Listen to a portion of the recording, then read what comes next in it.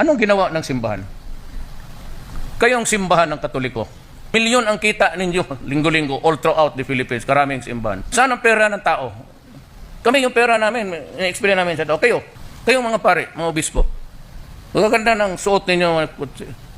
Meron ba kayong isang bahay lang baski 5 kwarto para rehab? Ang ginawa ninyo, simbahan ninyo. Bibilang kayo ng pera instead of going around the neighborhoods explaining to the people why they should not be in that industry because they will die. Na ngayon, gusto ninyo matapos ang patayan, all you have to do is to preach. Kasi karamahan dito, Katoliko. Kung mahusay ka na pare, ipaintindi mo, mamamatay ka, umalis ka sa droga. Hindi nakakatulong pa kayo. Hindi, instead of maghintay kayo, na may namatay na, you criticize the police, you criticize me, for what? Kayo yung may mga pera. When we were young,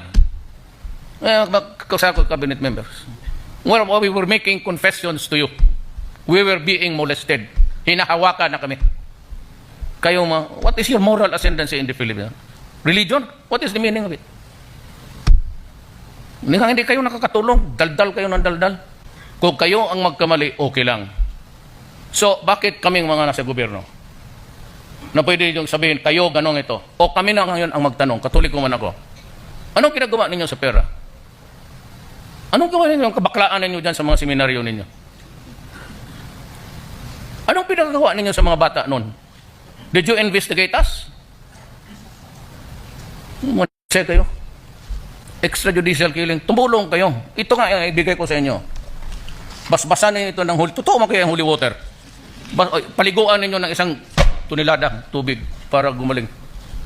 Ay, ito tatatesi yung mga miracle yung tubig ninyo. Pwede ipainom ninyo. Daldal kayo ng daldal yan eh. Tapos kayo with all the pageantry and ceremony. Pag gold-gold pa kayo ng mga chalice dyan. Eh, samantala yung nang tikinig sa inyo, mga walang kain.